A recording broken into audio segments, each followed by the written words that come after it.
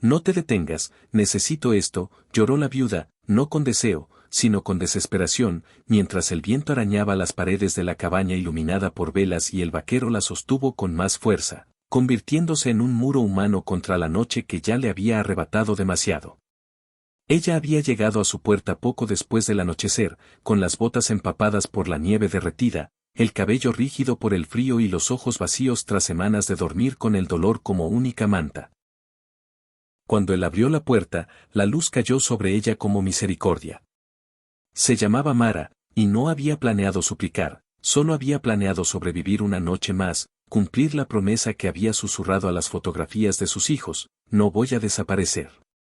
El vaquero, Elías Boone, había aprendido a leer las tormentas por su olor y a las personas por sus silencios, y el silencio que ella cargaba era más fuerte que el trueno. No hizo preguntas. No tomó nada que redujera la grandeza del momento.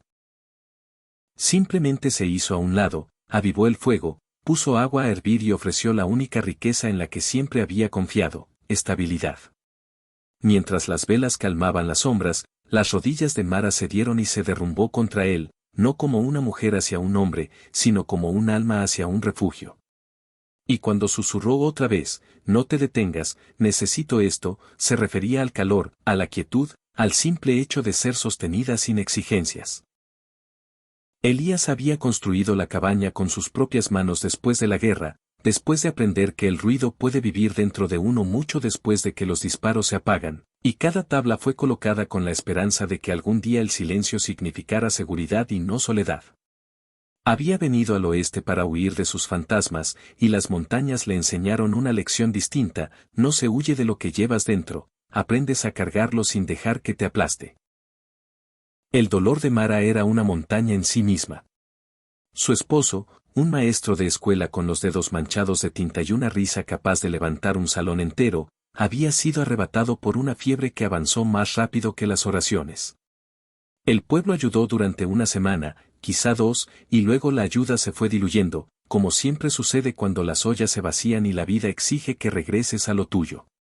Las cuentas llegaron como insultos. El banco se quedó con la casa. Vendió lo que pudo, enterró lo que no pudo soportar vender y caminó hasta que el camino terminó y comenzó el sendero. Cuando tocó la puerta de Elías, ya había decidido que esa noche sería el último lugar donde intentaría encontrar bondad. La cabaña respiraba a su alrededor. Afuera, la tormenta rugía con la arrogancia de lo que nunca ha conocido la pérdida. Adentro, la tetera cantaba, un pequeño milagro doméstico. Elías colocó una manta sobre los hombros de Mara, notando cómo se estremecía ante movimientos repentinos y cómo sus manos temblaban aun cuando intentaba calmarlas. Le puso una taza caliente entre las manos y esperó hasta que su respiración encontró el ritmo del fuego. Esa espera importaba. Siempre importaba. Cuando alguien ha sido apresurado por la tragedia, la paciencia es un lenguaje que dice: estás a salvo para ocupar espacio. Entonces llegaron las lágrimas de Mara, inesperadas e imparables. Hundió el rostro en su pecho y las palabras brotaron entre sollozos: disculpas por molestar, explicaciones que nadie había pedido, promesas que no sabía cómo cumplir. Elías solo dijo: no me debes nada, porque conocía el peligro de la bondad con condiciones, la había visto enredar a la gente hasta que olvidaban quiénes eran. Las horas pasaron, medidas por la forma en que las velas se consumían. Mara le habló de sus hijos. Sus canciones favoritas, como aprendieron a silbar, la sonrisa sin dientes del más pequeño, congelada para siempre a los 7 años por un accidente tan común que todavía parecía imposible. Elías escuchó, no como juez ni salvador, sino como testigo, y ese acto transformó el aire del lugar. El dolor, cuando es visto, pierde un poco de su filo. En algún momento la tormenta se calmó, y el silencio de afuera hizo espacio para algo nuevo dentro. Mara se apartó, avergonzada por la cercanía, por haberse apoyado en él como en un bastón, y volvió a disculparse. Elías negó con la cabeza. Necesitabas un lugar donde sostenerte, dijo.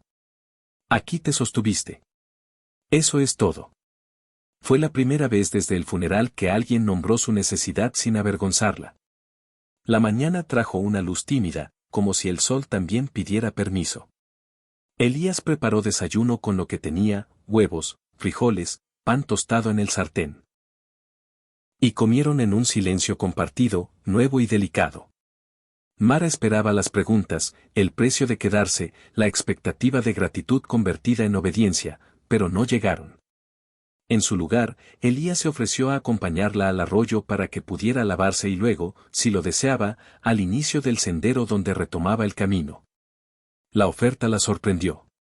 Se había preparado para una bondad que exigía algo a cambio, no para una bondad que confiaba en su elección. En el arroyo, el agua era fría y honesta. Mara miró su reflejo y vio no solo a una viuda, sino a una mujer que seguía aquí. Pensó en sus hijos, en cómo se aferraban a ella cuando tenían miedo, y comprendió con un sobresalto que había tenido miedo de ser sostenida porque eso le recordaba cuánto podía perder. Y aún así, ahí estaba, respirando, capaz de sentir calor. Cuando regresaron, Elías le entregó una pequeña bolsa, carne seca, pan, un poco de dinero. Para el camino, dijo. El orgullo de Mara se encendió y luego cedió. Quería rechazarlo, quería aceptarlo. El giro inesperado no vino de él, sino de ella. No quiero irme, dijo con voz firme. No porque necesite que me salven. Quiero trabajar. Puedo cocinar, coser, llevar cuentas. Puedo ayudar. Elías consideró la verdad detrás de la petición. La cabaña era demasiado silenciosa, los días, demasiado largos. Se había dicho a sí mismo que la soledad era penitencia, pero quizás solo era miedo disfrazado de virtud. Veremos, dijo al fin. Lo haremos bien. Y hacerlo bien significó trazar límites tan cuidadosamente como puentes, camas separadas, trabajo compartido, palabras honestas. Las semanas se convirtieron en estación. La presencia de Mara cambió la cabaña como la luz cambia un cuarto sin mover las paredes. Remendó lo roto, no solo telas, sino costumbres. Elías volvió a comer en la mesa, volvió a aprender que la risa no traiciona a los muertos. A cambio, él le enseñó la tierra. A leer el clima en las aves, a levantar una cerca que resistiera, a quedarse quieta el tiempo suficiente para escuchar lo que el mundo decía bajo su ruido. El pueblo se dio cuenta. Siempre lo hace cuando algo bueno crece sin pedir permiso. Hubo murmullos, luego juicios, y finalmente la visita del banquero que le había quitado la casa a Mara, con la mirada calculadora y la boca tensa. Le ofreció trabajo en el pueblo, mal pagado y con mala intención, acompañado de una condición que se sentía como una trampa. Mara se sorprendió a sí misma al rechazarlo. Había aprendido algo en la cabaña iluminada por velas, la dignidad no es ruidosa, pero es firme.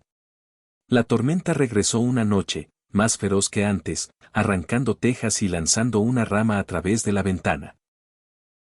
En el caos, Elías resbaló sobre el hielo y cayó con fuerza, el aire escapándose de sus pulmones, la pierna torcida en un ángulo imposible. El dolor tiene la costumbre de aclarar prioridades. Mientras yacía allí, no pensó en la guerra ni en sus fantasmas, sino en las manos de Mara, firmes y capaces. Ella se movió con una calma que sorprendió a ambos, vendando, entablillando, calentando, hablándole como él le había hablado aquella primera noche, despacio, sin juicio. No te detengas. Necesito esto, murmuró él, no como súplica de contacto, sino por su voz, por su presencia anclándolo al mundo. En esa inversión, algo profundo se asentó entre ellos. La compasión no es un papel que se interpreta una sola vez, es una corriente a la que entras una y otra vez, a veces sostenido, a veces sosteniendo. Elías sanó, lentamente. La actitud del pueblo se suavizó, como a veces ocurre cuando la constancia vence a la sospecha. Los niños comenzaron a pasar para ayudar con las tareas. Mara les enseñaba letras y números en la mesa que antes había sido la isla de Elías.